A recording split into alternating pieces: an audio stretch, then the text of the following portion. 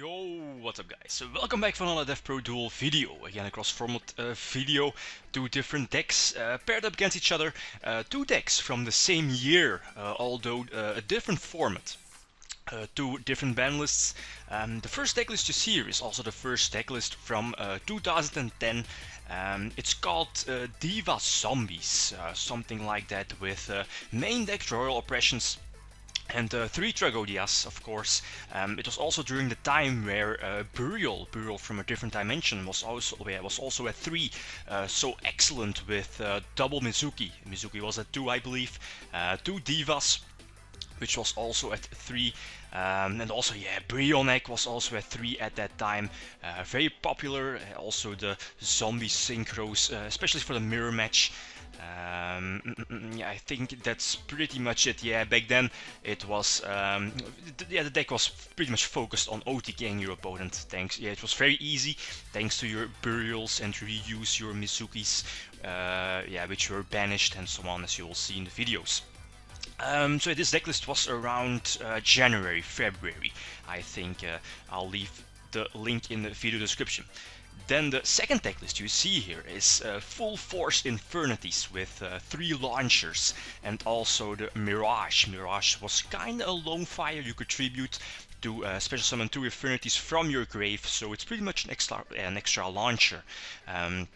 This is Lazaro Bledo's decklist from YCS back in 2010, but a different format as the one we saw just yet with the zombie decklist. I believe this deck was from Lazaro, but I believe it was somewhere in May of that year in 2010.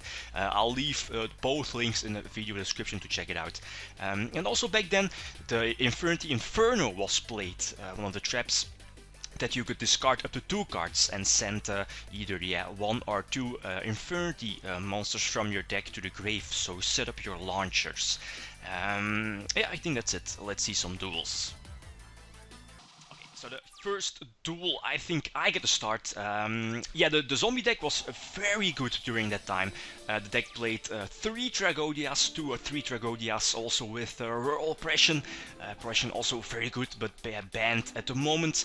And also, both you and your opponent were able to use your own Oppression, but very crucial is that your Raw Oppression cannot be activated during the damage step, so that's why Tragodia was very good. He takes the risk, sets 2 cards, and he decides to Solemn Judgment my Heavy Storm. I believe he has a bottomless set, which is a decent move. Since now he's going to bottomless my Brionac, he has to, otherwise I'm just going to bounce that. But yeah, thanks to double Burial, very disgusting with your Mizukis. You can just, also thanks to the Foolish, you can replenish your grave.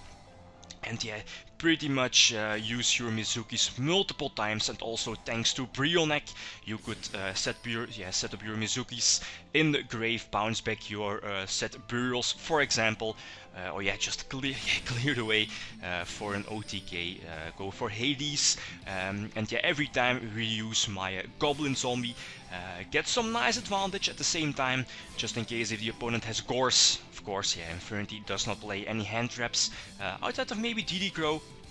But no Tragodia, no Gorse, and as you see, I believe it was after this format where Burial from a different dimension got restricted to 1. It was because of this, and also I think Mizuki. I'm not sure about this. And then very easy attack for game. Very common back then from this kind of zombie deck. Next he decides to start, and I think he has a very good opening hand. Immediately the Greffer set up his the Archfiend and the Necromancer engrave indeed. Since he already has a Mirage in hand, which is pretty much a launcher, and here, because I don't have any monsters, I think the better move was to brain control his Greffer. Although he has book, so no exceed, so my Diva stays used on the field. My plan was to make, I think, a Stardust, or either Colossal, because of the Oppression set, but it didn't really matter in the end, since he has Heavy Storm, he can clear the way, and it's pretty much the standard Infernity shenanigans we know. Yeah, instead of going for multiple Alvalval chains and go for the rank 4 exceeds, back then it was go for either your your level 8 synchros or level 9.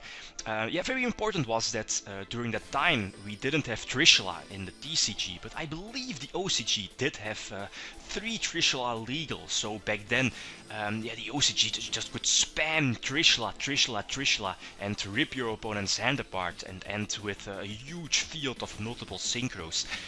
But yeah, I believe in the TCG now, as you see, is mainly focused on go for level 8 synchros, like 100 Ice Dragon and Infernity Doom Dragon. And of course Stardust with yeah, multiple barriers, Infernity barriers set. Yeah, it goes for, what's it called, the Surgeons. It's a card that when you destroy an opponent's monster by battle, you can attack once more. But yeah, it doesn't really matter. He can still attack for game. Yeah, gets a double attack, and I believe, yeah, just to indeed scoop. Not going to waste any more time, so GG. Yeah, not kinda, but yeah, nothing I can do. Set Tomato, my hand is kinda good. The Book of Life, crucial against Infernity because I can banish his Archfiend from the grave. He sets up an Archfiend and the Beetle. Yeah, Beetle was also very good since you could tribute the Beetle on the field and special summon 2 Beetles from your deck to make an instant level 6 synchro or level 9. Go into Mistworm, clear the field. And here I think the better move, because he has that Archfiend in the grave, and obviously because I want to bypass a possible Necromancer, possible Mirage, and also the Launcher, I have to banish his Archfiend. I'm not sure if the Infernity deck plays Leviair. I don't think so. No, I'm not sure. Yeah, and special summon the Goblin Zombie in defense. He draws another monster, the level 1 tuner, the Avenger, indeed.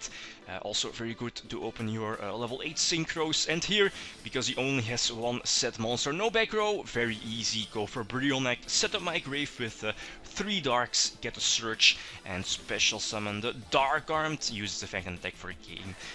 So again, nice to see how the zombie deck back then worked. Very good, very nice. And then, look at my hand. Yeah, both Oppression and Gorse. Maybe a strange choice to use both in the main deck, but as said, yeah, your all Oppression won't stay on the field for long due to Dust Tornado, MST, Heavy Storm. So the Gorse as a backup against possible OTKs was still a good choice. It goes for the first turn derp. The first turn shenanigans, he goes for the Infernity Doom Dragon and he's going to establish a field.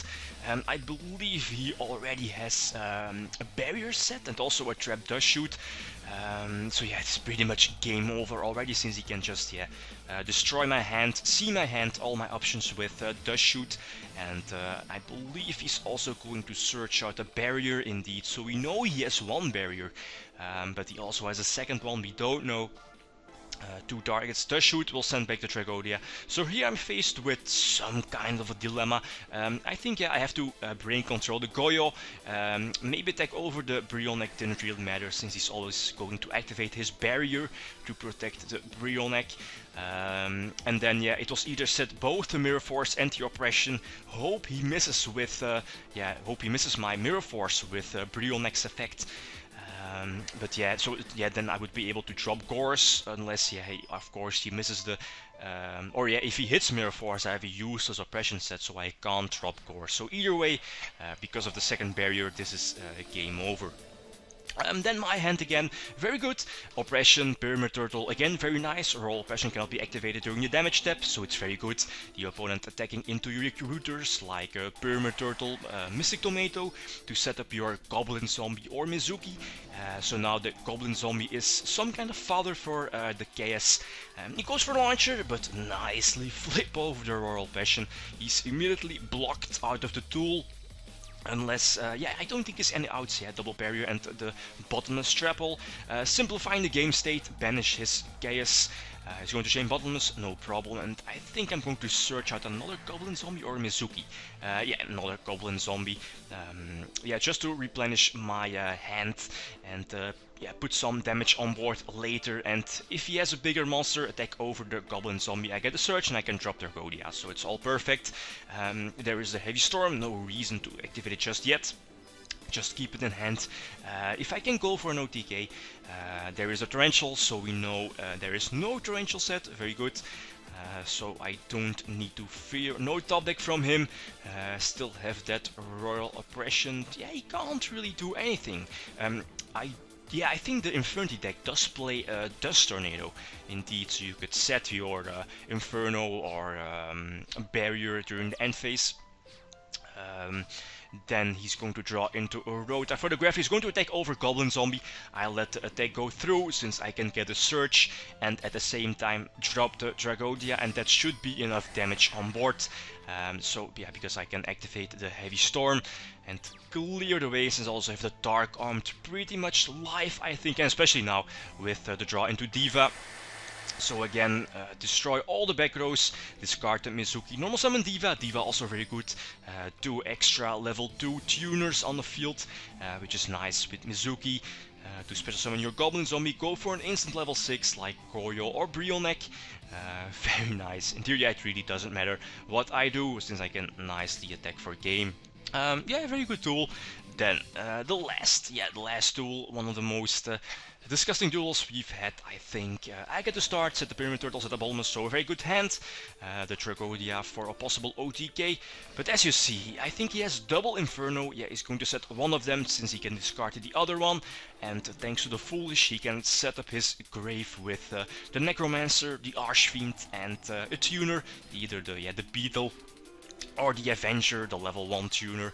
But yeah, I think the Avenger is a better choice, and yeah, because Trishula was not legal or wasn't out yet. There is an Inferno, is going to activate his Foolish on another Archfiend. There is a Launcher, and I don't have an MST set. I think I milled a Launcher from the top of his deck thanks to Goblin Zombie, and here I think yeah, I can bottomless his Archfiend, although he has a second one in his grave. But yeah, he was probably going for the first synchro he was probably going to make was Stardust. So yeah, my bottomless would have been useless. But yeah, either way, I think yeah, it's obviously game over already, since he can just spam over his field, spam his field full of all the synchros. Yeah, the 100 Ice Dragon was only played once during that time, but it was the format after this format where Launcher was put to 1, and the Infernity decks decided to bump their 100 Ice Dragon up to 3 in the extra deck, because 100 Ice is basically an extra Launcher if you banish your Mirage from the grave.